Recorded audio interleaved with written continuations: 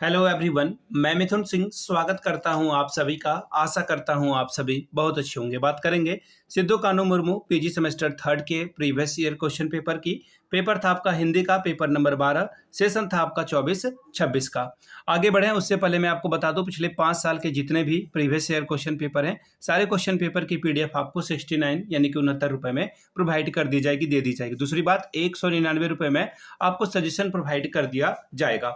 अब ये सजेशन क्या होता है? सजेशन यानी कि very very important question answer के साथ आपको प्रोवाइड कर दिया जाता है, जिसमें आपका PYQ free of cost available हो जाएगा।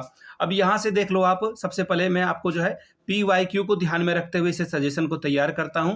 दूसरी बात, आपका जो सिलेबस है, सिलेबस के जो टॉपिक्स हैं उनको ध्यान में रखा जाता है। और आखिर में जो है मेरा खुद का एक्सपीरियंस, मैं पिछले 2-3 सालों से अलग अलग यूनिवर्सिटी में सजेशन देने का काम कर रहा हूं और काफी अच्छी सफलता मुझे मिली है। सिद्धू कान्हू हो, बीबीएमकेयू, कोल्हान यूनिवर्सिटी, नीलांबर पीतांबर हो, रांची यूनिवर्सिटी हो, इन जगहों पे मैंने सजेशन देने का काम किया है।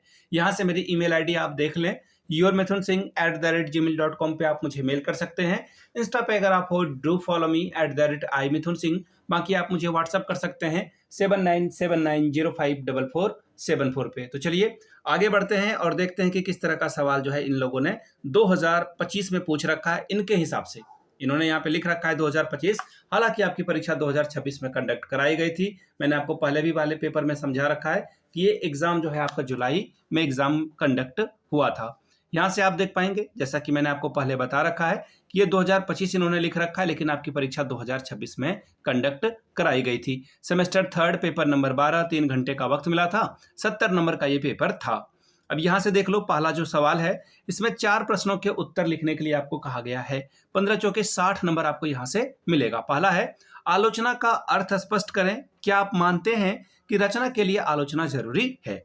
दूसरा सवाल, भारतेंदु और द्विवेदी युग में आधुनिक हिंदी आलोचना के बीज छिपे हैं। क्या आप इस बात से सहमत हैं? चलिए दूसरे सवाल की ओर हम लोग बढ़ेंगे। रामचंद्र शुक्ल की आलोचना दृष्टि को स्पष्ट करें। कौन से कवि उनके नजरों में खरे उतरते हैं? चौथा सवाल, भक्ति काव्य के विकास को लेकर हजारी प्रसाद द्विवेदी भारतीय परंपरा को किस प्रकार स्पष्ट करते हैं? प्लूटो और अरस्तु के अनुकरण सिद्धांत में क्या फर्क है? इस आधार पर रचना को वो किस तरह समझते हैं?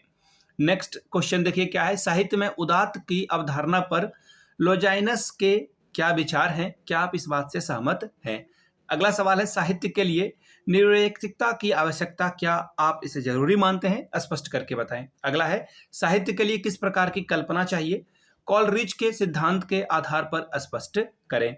2 सवालों के आपको उत्तर लिखने हैं। यहाँ पर 5 दूनी 10 नंबर, 5-5 नंबरों का सवाल होगा। रचना और आलोचना में संबंध बताएं। विरेचन सिद्धांत और साहित्य की प्रासंगिकता पर बात करें। तीसरा सवाल है, परंपरा का सिद्धांत। और चौथा सवाल है, मूल्य सिद्धांत के ऊपर बात कीजिए।